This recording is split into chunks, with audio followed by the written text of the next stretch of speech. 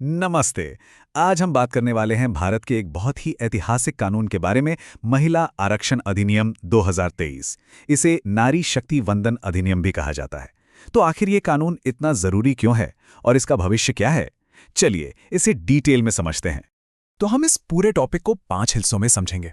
सबसे पहले प्रॉब्लम क्या थी, फिर इसका सल्यूशन क्या निकाला गया, उसके बाद हम ये देखेंगे कि इस कानून को बनने में इतना वक्त क्यों लग गया और अब इसे लागू करने में क्या मुश्किलें आ रही हैं।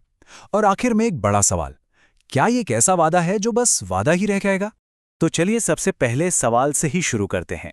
आखिर इस कानून की जरूरत पड़ी ही क्यों? देखिए, इसका जवाब हमें भारत में पॉलिटिक्स में महिलाओं की भागीदारी या यूं कहें कि भागीदारी की कमी में मिलता है। ये जो आंकड़े हैं ना, ये पूरी कहानी बयां करते हैं।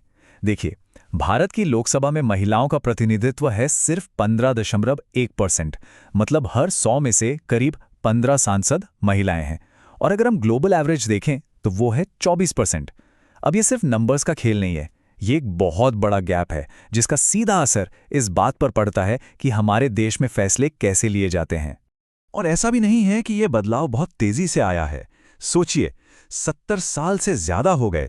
हम पहली लोकसभा के 5% से आज 17वीं लोकसभा में 15.1% तक पहुंचे हैं। मतलब ये जो प्रोग्रेस है वो कछुए की चाल से भी धीमी रही है। इससे पता चलता है कि पॉलिटिकल एम्पावरमेंट का रास्ता कितना लंबा और मुश्किल रहा है। तो इस बड़े गैप को भरने के लिए क्या किया गया? इसका जवाब है 106वां संविधान संशोधन अधिनियम, जिसे हम नारी शक्ति वंदन अधिनियम के नाम से भी जानते हैं। चलिए आप जरा इसे ठीक से समझते हैं कि ये है क्या। देखिए, ये कानून इंडियन पॉलिटिक्स में एक बहुत बड़े बदलाव का वादा करता है।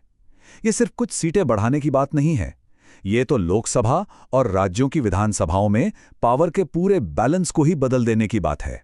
इसका मकसद ये पक्का करना है कि हर 3 आवाज़ों में से कम 1 आवाज़ एक महिला की हो। तो सवाल ये है कि ये काम करेगा कैसे? बहुत सिंपल है। 1/3 यानी 33% सीटें महिलाओं के लिए रिजर्व होंगी, और ये सिर्फ लोकसभा में नहीं बल्कि राज्यों की विधानसभाओं में भी होगा। अच्छा, इसमें एक और जरूरी बात है, एससी और एसटी महिलाओं के लिए एक सब कोटा भी है, ताकि सबसे पिछड़े वर्ग की आवाजें भी सुनी जा सकें। और हाँ, ये हमेशा के लिए नहीं है। फिलहाल ये रिजर्वेशन 15 साल के लिए है, बाद में इसे रिव्यू किया जाएगा और सीटें रोटेट होती रहेंगी ताकि कोई भी एक सीट हमेशा के लिए महिला सीट बनकर न रह जाए। इस कानून को संविधान का हिस्सा बनाने के लिए 3 नए आर्टिकल्स जोड़े गए हैं, आर्टिकल 330A और 332A। ये तो लोकसभा और राज्यों की विधानसभाओं में रिजर्वेशन की बात करते हैं, लेकिन असली पेच है आर्टिकल 334A में। यही वो आर्टिकल है जो बताता है कि ये सब लागू कब और कैसे होगा, और यहीं से मामला थोड़ा कॉम्प्लिकेटेड हो जाता है। अच्छा, ये जो कानून है ये कोई रातों रात नहीं बन गया। इसके पीछे लगभग 3 दशकों का राजनीतिक संघर्ष है, टूटे हुए वादे हैं और एक जबरदस्त इच्छा शक्ति की कहानी है। तो चलिए एक नजर डालते हैं इसके लंबे और उतार चढ़ाव भरे सफर पर। आप सोचकर देखिए, 27 साल, मतलब एक पूरी पीढ़ी निकल गई। 1996 में ये बिल पहली बार आया था। उसके बाद इसे बार बार संसद में पेश किया गया, लेकिन हर बार ये किसी न किसी राजनीतिक अड़चन में फंस जाता था। 2010 में एक उम्मीद जगी थी जब ये राज्यसभा से पास हो गया था, लेकिन बात फिर वहीं रुक गई। और फिर फाइनली 2023 में दशकों के इंतजार के बाद ये ऐतिहासिक कानून हकीकत बना। ये सच में एक जबरदस्त लगन की कहानी है। तो कानून तो पास हो गया, लेकिन चुनौतियां अभी खत्म नहीं हुई हैं। और सच कहूं तो ये इस टॉपिक का सबसे मुश्किल हिस्सा है। तो अब हम आते हैं सेक्शन 4 पर। इसे लागू करने में क्या बाधाएं हैं और इसमें जनगणना, परिसीमन और ओबीसी का सवाल क्या है। तो सबसे बड़ा और सीधा सवाल यही है, अगर एक्ट पास हो गया है तो फिर ये अभी तक लागू क्यों नहीं हुआ? इसको आप ऐसे समझिए कि ये 3 स्टेज की एक रेस है। पहला स्टेज जनगणना, मतलब देश की आबादी की गिनती पूरी करनी होगी। दूसरा स्टेज डिलिमिटेशन या परिसीमन, मतलब जनगणना के आंकड़ों के आधार पर लोकसभा और विधानसभा सीटों की बाउंड्री फिर से तय करनी होगी। और जब ये दोनों स्टेज पार हो जाएंगे, सिर्फ तभी ये रिजर्वेशन असल में लागू हो पाएगा।